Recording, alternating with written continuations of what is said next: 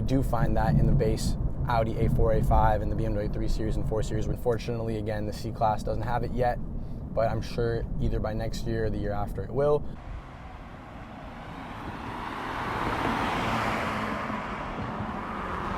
What is up, guys? This is Rio, and today I am in a 2020 Mercedes Benz C300 Coupe. And this is the first coupe I have reviewed on this channel, which is ironic because I love coupes. So this car has already kind of earned a little special place in my heart.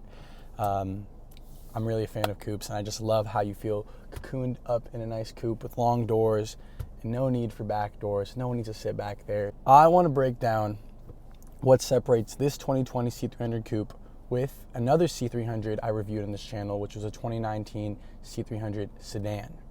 I'll link that video up above if you want to check that out as well, or if you're interested in the sedan instead of the coupe. So right off the bat, there's a couple of differences between that particular model and this car. That other car that I reviewed happened to have the AMG Sport body kit on it. This car does not have that. So while it's a coupe and by nature a little sportier, this car I think is a little bit more luxury trimmed than that particular car. However, it has some options by being in 2020 and some standard features by being in 2020 that car did not have. So standard in 2020, you get everything that in 2019 was optional within the premium package. So that means you get keyless access, you get auto folding mirrors, you get blind spot detection, you get a Burmester audio system, which is killer and a huge improvement from the standard system that was found in the 2019 model. You also get power folding rear trunk.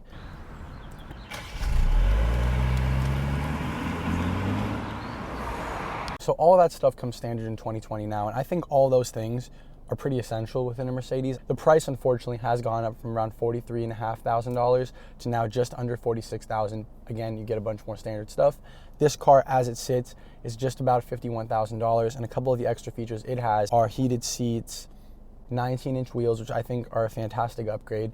It has a nice little spoiler in the back that's body colored, but it still looks really cool. And it has one thing that I'm personally not a fan of, but a lot of people seem to love, which is the Mercedes Benz illuminated star. I think it's a little gimmicky, but for certain people, it's a huge selling point. I also never thought I would say this, but I don't really mind this lighter color interior. Usually I prefer dark color interiors, but because this is accompanied with a nice black headliner, it still feels sporty, and because this car also happens to be a very luxurious vehicle, it accompanies the style and the taste of it a little bit. So everything I've mentioned is already enough reason to get a 2020 over a 2019. You're gonna want all that stuff like the speaker system, the keyless access, the electronic trunk. You're gonna want all that standard because those things make a Mercedes a Mercedes. And without some of those things, you start feeling like you're in a more budget car, which you're definitely not, but you don't want to feel like you're be reminded of it constantly when you can't open your door without having to pull your key out. You can't listen to music without having to put AirPods in or something. So I think 2020 is an obvious choice. Now, there are some things that this car gives up versus the other car that I reviewed, the C300 sedan. And one of those things is by just being a coupe. For me, I'm almost 6'2", and legroom, if someone scoots forward, is manageable, but headroom is just, my head's like tilted to the side to fit under the roof, and it's really not the most pleasant rear seat for someone over probably 5'7" or so. So you lose that by jumping out of the sedan and getting into the coupe. I'm willing to take that loss, if you will. People who really do need rear seat legroom should consider the sedan.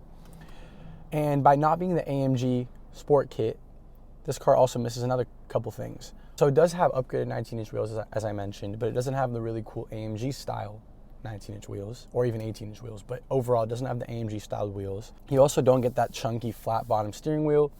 You don't get the cool body, the front fascia, the rear diffuser, the side skirts. And actually one of the more notable things that you don't get is slotted front disc brakes. Actually, a slight improvement for performance, and I believe they're maybe just a touch larger as well. So in the AMG kit, you do get some more performance-oriented stuff, and I do prefer that sporty vibe, but because this happens to be the base C300 motor, I don't mind giving up some of the sporty stuff in lieu of having a little bit more luxury and comfort. Now, this car does still have the turbocharged 2-liter 4-cylinder engine, making 255 horsepower and 273 pound-feet of torque. Definitely no slouch, but not quite as peppy and sporty as the BMW 3 Series, especially the brand new 2019-2020 model year of that car. You do get a 9-speed automatic in this car. What's funky is you get a steering wheel column-mounted shifter. It's electric, so it's not like a truck where you're pulling it into gear, but it's definitely not where most people are accustomed to the gear shifter being down here in the center. But instead, by putting the shifter up here, you get a ton more space here in the center console, And you get a really nice big cubby here with a phone charger that's actually an option, a NFC capable wireless phone charger. Works for Android or iPhone or any phone that has wireless charging capability. You get cup holders, and you get the nice little center controller here with some buttons for your drive select modes, your volume, and a couple other little functions. So before I take this car out on the road for a quick little test drive and see how I feel about its driving dynamics, let's do the most important thing, the thing you're all waiting for, the thing that I hope to become famous for, which is the tall boy test. So without further ado, here it is.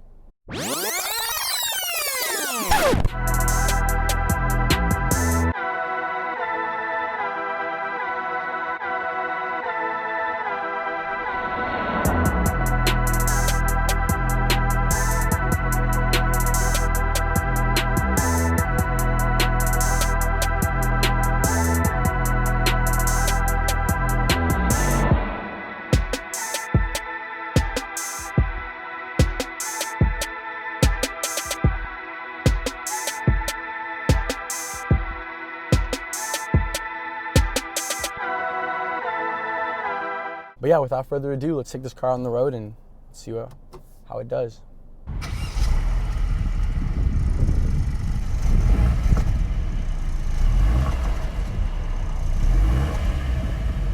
So pulling this car out onto the road, one of the first things you notice is that the steering is quite light. Now, I'm sure some people love that. I personally prefer a bit of a heavier steering setup. Luckily, you can put this car into sport mode using the dynamic drive mode selector. So I'm putting it now into sport mode, and it tightens the steering a bit. It also puts the transmission and the engine into a sportier dynamic mode. It does make the car feel a bit more peppy, and it makes the transmission a little bit more willing to give you a lower gear. Unfortunately, this car does not allow you to put it into a permanent manual mode. It does have paddle shifters, not quite as nice as the metal ones found on the AMG kit car, but just like the AMG kit car, there's the lack of a dedicated button to hold this car in manual mode. That is only found in the middle trim C43 and the top level C63s. Something that bothers me a bit because you do find that in the base Audi A4, A5 and the BMW 3 Series and 4 Series where you can hold it into a manual mode. So not the best for performance or spirited driving. But because this car isn't really meant for performance driving, it doesn't bother me way too much. I think what I really notice is that this car feels very comfortable. The seats feel quite plush, and the overall visibility is quite good as well. I don't love the rear visibility in the coupe, or it gives you a narrow line of sight out of it, but the side view mirrors are quite large and they make up for that a little bit. So getting into this car, knowing that it was going to obviously not be an AMG kit, as much as I thought that an AMG kit would be the utmost important thing, I think I would actually take this 2020 non-AMG kit car over a less loaded AMG kit car, or particularly a 2019 AMG kit car that is missing some of these new standard features. These features really make quite the difference. The audio system, which was an option for 2019 and obviously is now standard, is one of the most noticeable differences between the two cars, between the 2 years, I should say. Optional for 2020 is still a fully digital dash display here in the cluster. So this car unfortunately doesn't have that option, but it's definitely very cool looking. Unfortunately, the C-Class still has the command system for the infotainment and does not have Mercedes' brand new MBUX system, which is quite a significant upgrade. That new system allows you to speak to the car by referring to it as Mercedes, saying, "Hey Mercedes," just like BMW's new systems do. And it also is touchscreen. It's a lot snappier, it works a little better, and unfortunately, again, the C-Class doesn't have it yet, but I'm sure either by next year or the year after it will. So one of the other little things to consider in a C-Class versus potentially an A-Class or a CLA is you don't get the new system. You do get a nice upgraded larger screen since 2019 when they facelifted the car, which at least kind of bridges the gap between the new system and the systems of previous years.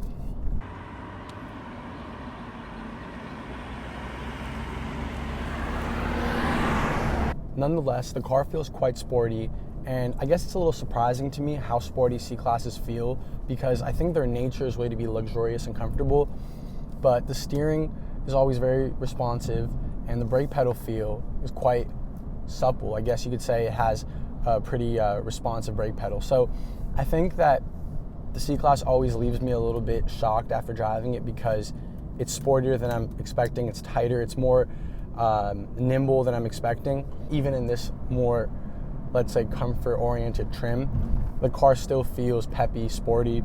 You know, you do notice at around 5,000 RPM, kind of the entire power band dying off. And I also have come to the conclusion that this 9-speed auto is kind of the bottleneck point of this power plant, where the car constantly, if it's in sportier modes, is bogging down unless you're flooring it, but then the engine doesn't match up. So kind of you're left in this weird predicament between the engine and transmission not lining up. It's a little unfortunate they don't work in tandem as well as they could, but this isn't a performance car, so I doubt most people looking to buy this car will notice that. Now, last but certainly not least, I want to go through the exterior styling of this car. I think this car does a lot of the work for me because it's a pretty ubiquitous car and people know what C-classes look like typically. But a few things I want to highlight. So this car happens to have the new base headlights, which are LEDs. I think they look fantastic. There is an optional adaptive LED light, which actually aesthetically doesn't look as nice as these lights, but of course offers better light performance. Out back are typical Mercedes taillights. They're nice and wide, especially on the coupe, while they're taller and narrower on the sedans. The one thing that I can't stand about these taillights is at certain angles, the light seems like it's off even when it's on. Basically, it's really hard to explain. I'm just gonna have to show you guys because I can't put it into words, but if you're at the rear 3/4 angle and you're passing this car, let's say on the freeway, it looks like half the light is off based on that angle. It's a really weird little finicky thing. It's unique to the coupe because the sedan has a single piece tail light. From straight back, no problems whatsoever, but from that rear 3/4 while passing this car, it always catches my eye, especially on C63s. I'm checking them out, they look so cool, and then suddenly the light looks like it's like half off. Very weird little finicky thing. Other than that, the overall looks are standard Mercedes C-Class fare. Most people are very familiar with the looks, and if they want a Mercedes, this delivers on the basic design language that most people are looking for. It definitely doesn't stand out within the range as this unique styling proposition. In fact, a lot of people think that this looks like what the outgoing S-Class Coupe looks like, which I think is a good thing because that's the big dog. So the fact that a C-Class even slightly emulates the design language of that car is definitely in favor of people buying C-Classes. I'm a huge fan of the panoramic sunroof on Mercedes. While I usually don't like sunroofs, and I'm usually a fan of slick top cars for the weight savings, in this particular case, I really don't mind it because it adds against that luxurious and comfort-oriented aura of this car. And the same is kind of said for the wood trim. There are these little things that I'm not a huge fan of, but I kind of let slide in a Mercedes because they feel more at home in a car like this. But yeah, this car definitely pulls the whole package together, and when it comes to vibe checks, this is definitely a Benz vibe. There's no other way to put it. You feel like you're in a Benz through and through, and that's a testament to the fact that this car is built to satiate the desires of people who want a budget-friendly yet luxurious Mercedes-Benz product. This gets it done for about $50,000, brand new. And I think it's a pretty killer car at the end of the day. It's got all the little things that make you feel like you're in a very luxurious and comfortable car. This definitely is a Mercedes-Benz. And with that said, this is Rio again. I really appreciate you guys for checking this video out. Make sure to like, comment, subscribe. Tune back in for more.